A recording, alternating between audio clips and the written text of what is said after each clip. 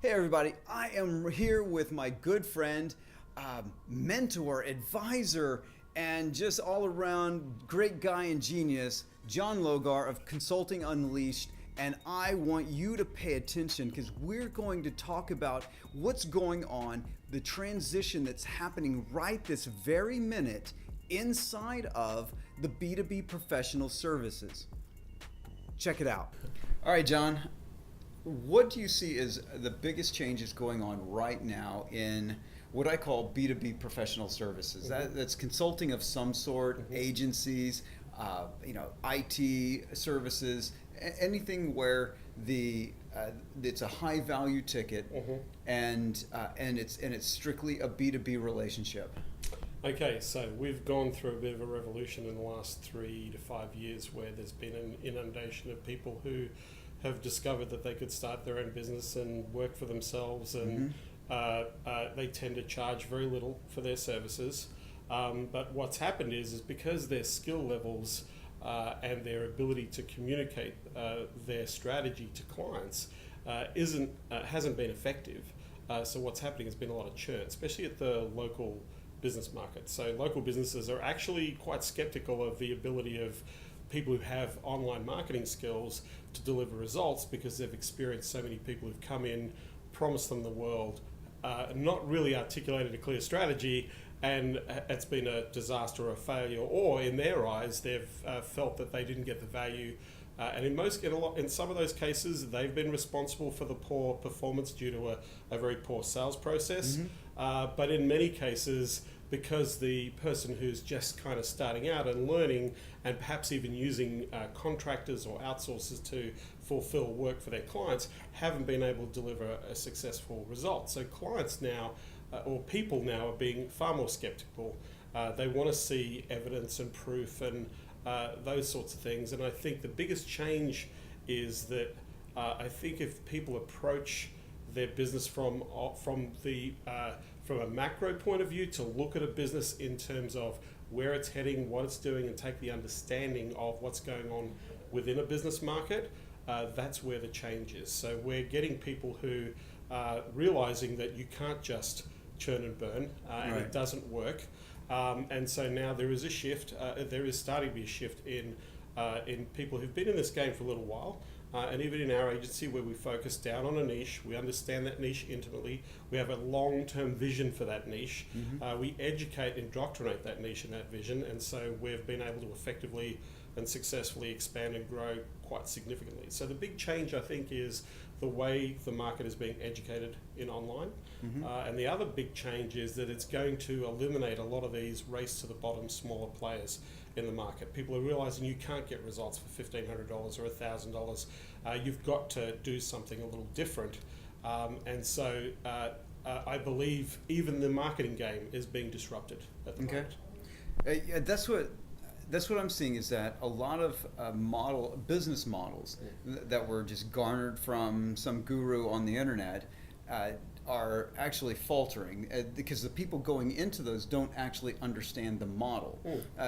Specifically in digital marketing services, I've seen a lot of people go into being lead gen companies without understanding what the lead gen business model actually is. They just think, oh, if I deliver leads to somebody, they're just going to be happy with me, without ever really understanding what those customers truly want, those clients truly want. What they want is not to just get a bunch of leads. They want to get high-paying customers. And if they are not getting them, for whatever reason that is, it doesn't even have to be the fault of the digital marketer. They churn out. Yeah. They will always leave, and they'll jump from one person and to the next person. So I see in a variety of these services that there's a shift in the actual business models themselves. It just as an example, and I'll jump back to you, is with Contractor Dynamics, a company I invested in. They started off on the low end of the market, dealing with what I call Jim with a hammer, a guy who has a small construction crew and they're out just trying to get the next job. Right? They're just doing that. And I came in and said, look, there's this massive opportunity in the construction industry. That's why I want to be a part of this. But we have to step up the game. We have to have a different business model around how to serve the needs of a company that is not desperate for the next job. Right? So that requires a different business model. Yeah. When you're saying that there's these big changes occurring and it's going to wipe out the bottom, what do those, I'll be as nice as I can be, newbies, what do they need to do to switch? They need to get back to some really basic fundamentals. I think one of the things I always ask people, that when you're stuck or you're thinking about starting a business, you want to go and talk to people who are, you've got to like the people you want to work with. You've got to have some empathy towards being a person of service to a niche or a market, or if it's several markets under an umbrella of a niche. You've got to kind of like them. And most people, when they're getting into this game, it becomes about, I can earn some money or I can make some quick cash. Right. And yes, you can. But being able to hold on to that cash or being able to utilize that capital to actually build a real business, which again, so few of them have any clarity or idea of what they want this thing to be. So they're really walking themselves into a job. Okay. So the first thing I recommend anybody do is understand how businesses work. Take the time to listen to people who run businesses. Ask them what they like about their business, what they don't like about their business, what they like about their competitors, what they don't like about what's going on in the market. How are customers behaving differently? What are the changes? Where are they struggling? Where are they finding that they're getting stuck in the process? And from there, you're going to learn how things work. And in a lot of cases, business owners will quite openly say, if we could solve this problem, it would make a huge difference for us. Mm-hmm. And so there it gives an indication for people to be able to sit down and think, how do we solve this problem? How do we, one, you can validate the idea very quickly. Who else is doing this? How much are they getting paid for this? What are they delivering for that service? Are they good at it? Can we make adjustments? Can we improve? I think the thinking part of getting out there and doing it is being lost. Okay. It's like, let's go and get a client and let's sell some Facebook ads, or let's do AdWords, or let's be an SEO expert. And none of the people have any form of mastery or real solid skills in those areas. Right. So I think the first point is, if you want to serve businesses, if you want to be in the B2B market, then go and understand or take the time to take an interest in how they work, what they're doing, what are their challenges in relation to whether it be being online or engaging their customers more effectively. That's a really big part. But the second part that I think is being completely lost is the newbie or the new person that's coming into the market is following the bright and shiny object. Let's run a few Facebook ads into this awesome funnel and you'll be able to get customers. Sign them up for 30 days, sign them up for a trial, build your case studies, right? And so we're educating, or I believe, especially in the local market, and I believe this is happening, I've heard the stories even at larger levels where companies are sitting and saying, look, we invest a lot of money in this sort of stuff and we saw nothing, or we don't believe we saw any change or impact on our business by following these ideas. Mm-hmm. Yeah. So this idea of short term, it's a feast or famine, and again a race to the bottom. There's always going to be somebody $1 cheaper. Right. So I think the shift, and I think where we've learned in our agency, is that we spend an enormous amount of time on creating a customer experience. The idea is to keep that customer for as long as possible, for years, not just for 1 year, but we've got a vision to have that customer for 3 to 5, for 10 years.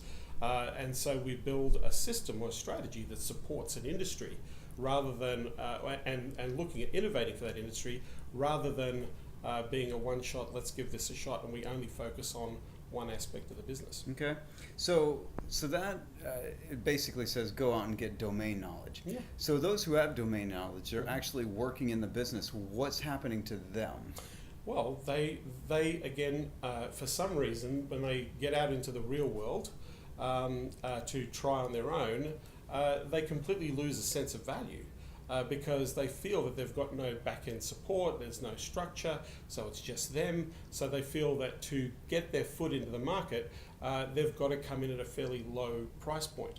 So they don't have this perception that what I do can have a significant impact on a business. Okay. And so that's a big thing. This whole I've seen people who've highly educated, highly skilled, working in roles in consulting, being paid hundreds of thousands of dollars as an employee to only go out to the market and offer their services for $1,500 a month. Right. Right. Right. And completely forgetting their true value and their knowledge and skill and understanding because they don't believe they've got Accenture in their back pocket anymore. They don't believe they have the infrastructure and the support and the brand and the name. Right.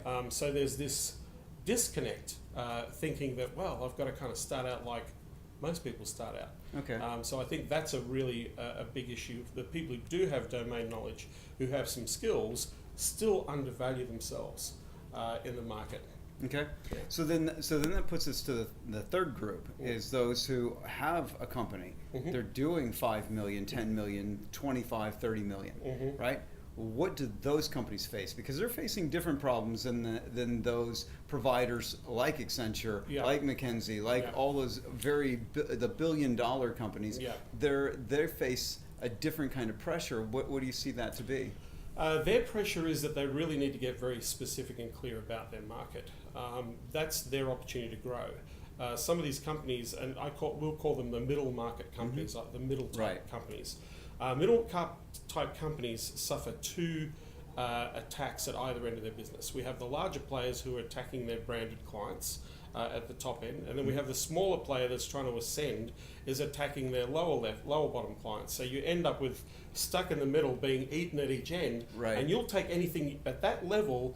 All of a sudden, you're in competition mode.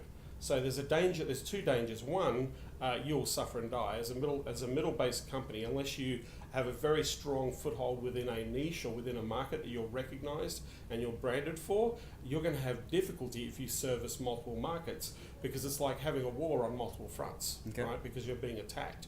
The only way those companies can survive and grow is to niche, or to look at their business, look at their intellectual property, build a product or a service around that intellectual property that is valuable to a market, and then separate it from the business. So have a business entity amongst a business entity, so like a silo profit center. Then you have its own leadership, then you have its own structure, you have its own clients. So it gives it a very strong focus, a purpose, and they can expand and they can grow. A middle company has two choices. Their real way of growing is to acquire smaller companies. That's probably the most common strategy. If we're going to grow, we're at this level, we need to expand our value, we're going to go and buy the little guys up that are trying to take our bottom, those lower type customers. They've got an asset value, there's cash flow, there's customers, and essentially they're buying customers. In the service Right. game, they're buying clients. Right. So they build their strategies to build value through acquisition. Okay. Because then they can ascend, make themselves more valuable, and then the choice is we either go and work with, allow ourselves to be acquired or merged with a larger entity to swallow us up, or we make a decision and we get really big and we go and buy the bigger player out of the market. So the way out for, or the way forward for those types of companies is to get very strong within their niche, look at where they've got profitable assets in their business. If they can build a business structure around that asset, then that adds more value to the business. It has a clear focus for growth, like any business that you want to intend to grow for profit. And then you've got something valuable. But if you stay in that middle game and you're allowing the top end to eat you and the bottom end to eat you, you're the person that's up for acquisition, Right. basically. So Right. yeah, so I think niche it's always been important, Mhm. but so few companies take the time to understand how valuable that is. The bigger companies have been doing it for years. If we Right. look at the major corporations, they know their markets exceptionally well. Their biggest challenge is being relevant to their customers. Right. Because the competition now is the ability to distribute and all those sorts of things come into play. So they have their own challenges at the big end. But the middle guys are the most interesting guys, Right. because they have actually quite an extraordinary opportunity being in the middle. So John, I just want to thank you. I want to thank you for me personally to be able to sit down and have these conversations with you here in Bangkok, of all places. Yes. Right. Well, we actually started our personal relationship. Here, stage yes, together right here at this hotel. in this very hotel 4 or 5 years ago. 5 years ago, yeah. Yeah, so crazy, and here we are back again, and having a chance to sit down and share your words of wisdom with my audience, and maybe even the same content over on your own audience. So I just want to thank you, and I hope you really got a lot out of this and take John's wisdom to heart. Talk to you soon.